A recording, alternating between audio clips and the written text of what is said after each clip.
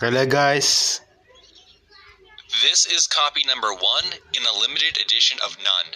This book does not exist. You have never seen it. I'm watching SpongeBob Lost Media and Veiled Closet Doors.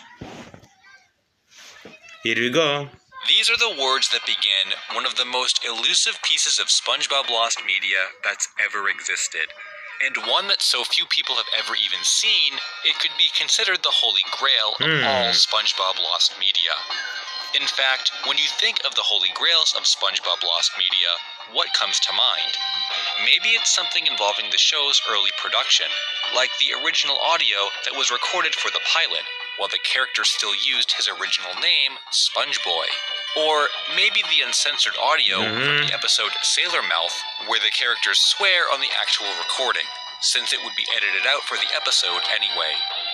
While Sailor Mouth has become quite a desired piece of SpongeBob Lost Media to the fans, its mere existence goes hand in hand with a larger piece of SpongeBob lore, that there once existed some kind of adult version of the show. For years, ever since the show first gained popularity, there have been rumors that SpongeBob was originally pitched to Adult Swim instead of Nickelodeon, or that an adult party cartoon iteration, similar to Ren and Stimpy, was being made for Spike TV.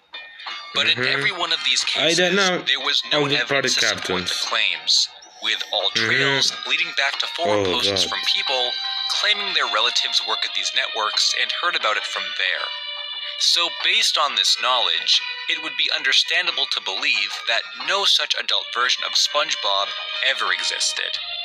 Now, what if I told you that an adult version of SpongeBob does exist? And no, not in some fan-related way that is not directly connected to the show, but rather in an official capacity, by the people that had a hand in making the cartoon, while they were within the walls of Nickelodeon.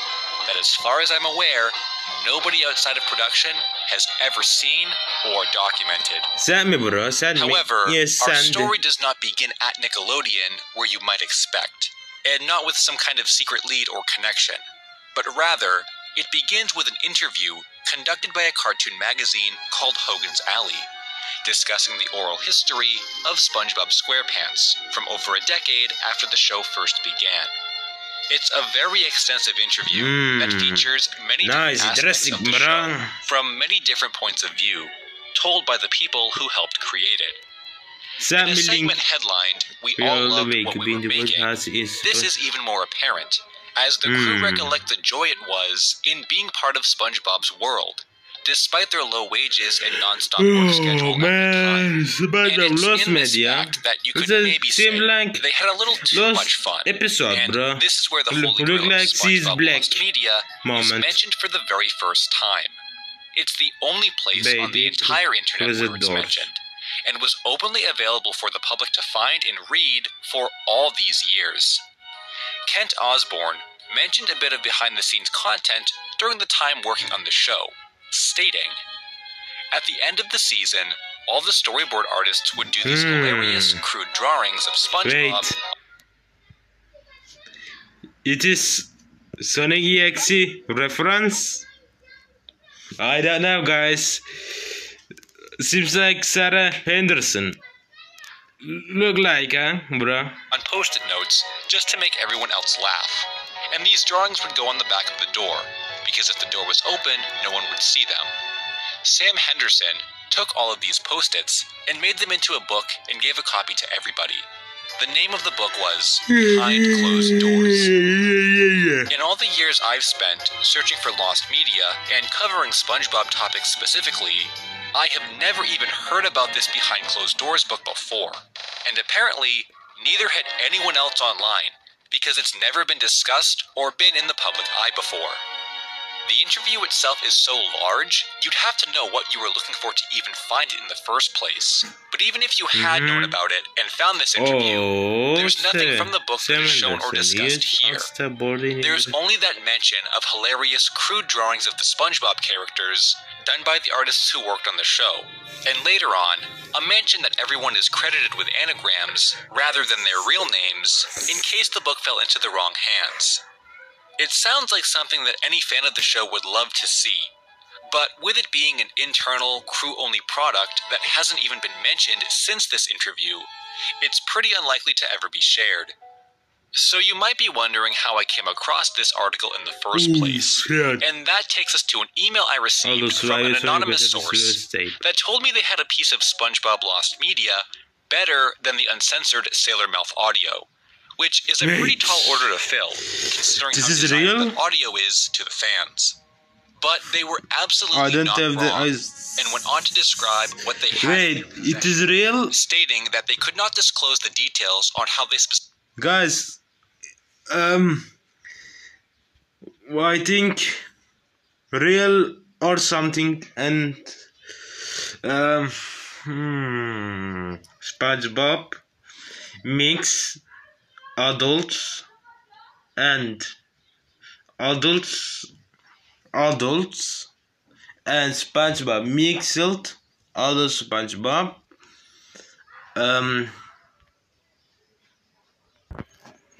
I'm back, guys. Specifically acquired it, but proceeded to tell me of their younger days hanging around the Studios building, and through a series of... It's a Persephone milk. Yes, Persephone milk.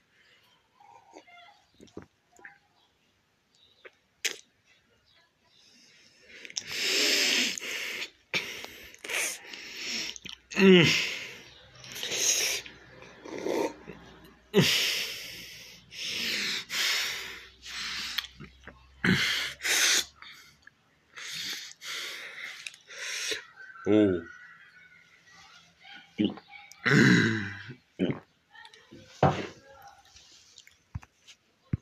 Hold on, guys. Bizarre events, as they called it, were given a gift that almost no one in the world has ever seen.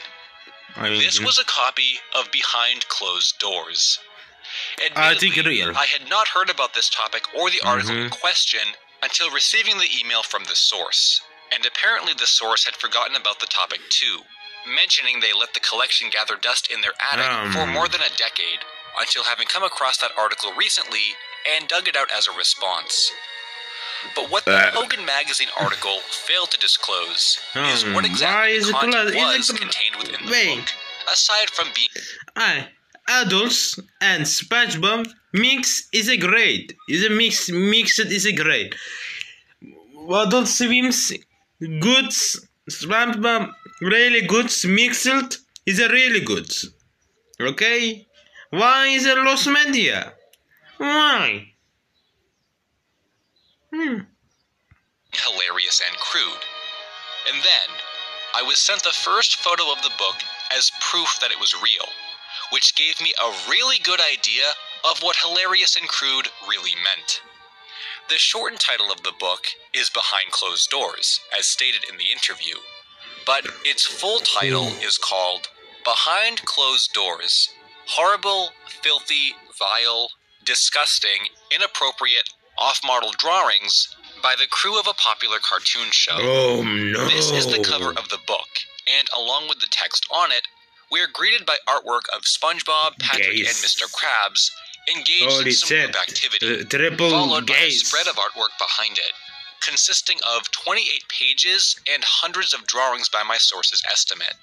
And if you look closely at these pages, you can make out what some of the characters and scenarios are, most of which are too graphic for this video. Well, this is very shocking to see right off the bat. What's truly important to note within these materials is the anagram of Kent Osborne appearing in the book, just as it's stated in the Hogan's Alley article, proving that these materials are the real deal. And this is only a small portion of the book's content. While I was not sent over the entire collection, and I don't know what they plan on doing with the full collection, what was unearthed to me is still mind-blowing when you consider the characters and how they're depicted here. None of these drawings can be shown uncensored on YouTube, but even with their censorship, there's with realistic body parts that are never seen in the show. With a couple of the more harmless ones simply being SpongeBob grabbing himself in a shocking sort of way, as seen on the back cover. It features 3 different poses of him stretching SpongeBob coming.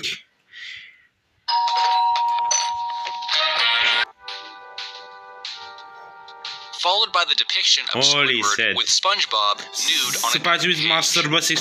SpongeBob has a somewhat realistic look, while Squidward is standing and sports an entire head that was changed to what's supposed to be on his groin, but instead there's nothing else there in the picture. Oh. Then there are a couple other images that push this adult boundary even further.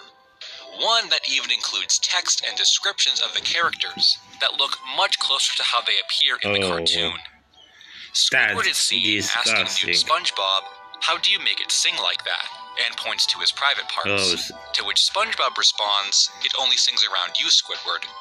The other drawing that pushes boundaries is the most interesting one of the set so far, and uses a storyboard sheet for the SpongeBob Got Milk print ad. Oh my god. This was an ad campaign that promoted drinking milk and was referenced heavily in the lost media search that occurred in trying to find a copy of the animated commercial.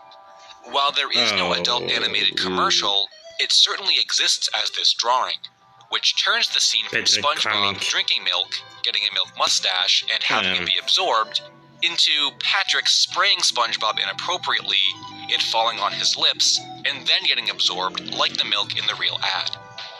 Next are perhaps the two most explicit of all, with the first one showing a freaked out SpongeBob on the ground with Mr. Krabs performing what could be considered a favor for him, and the second one seemingly being a parody scene of an actual episode from the show.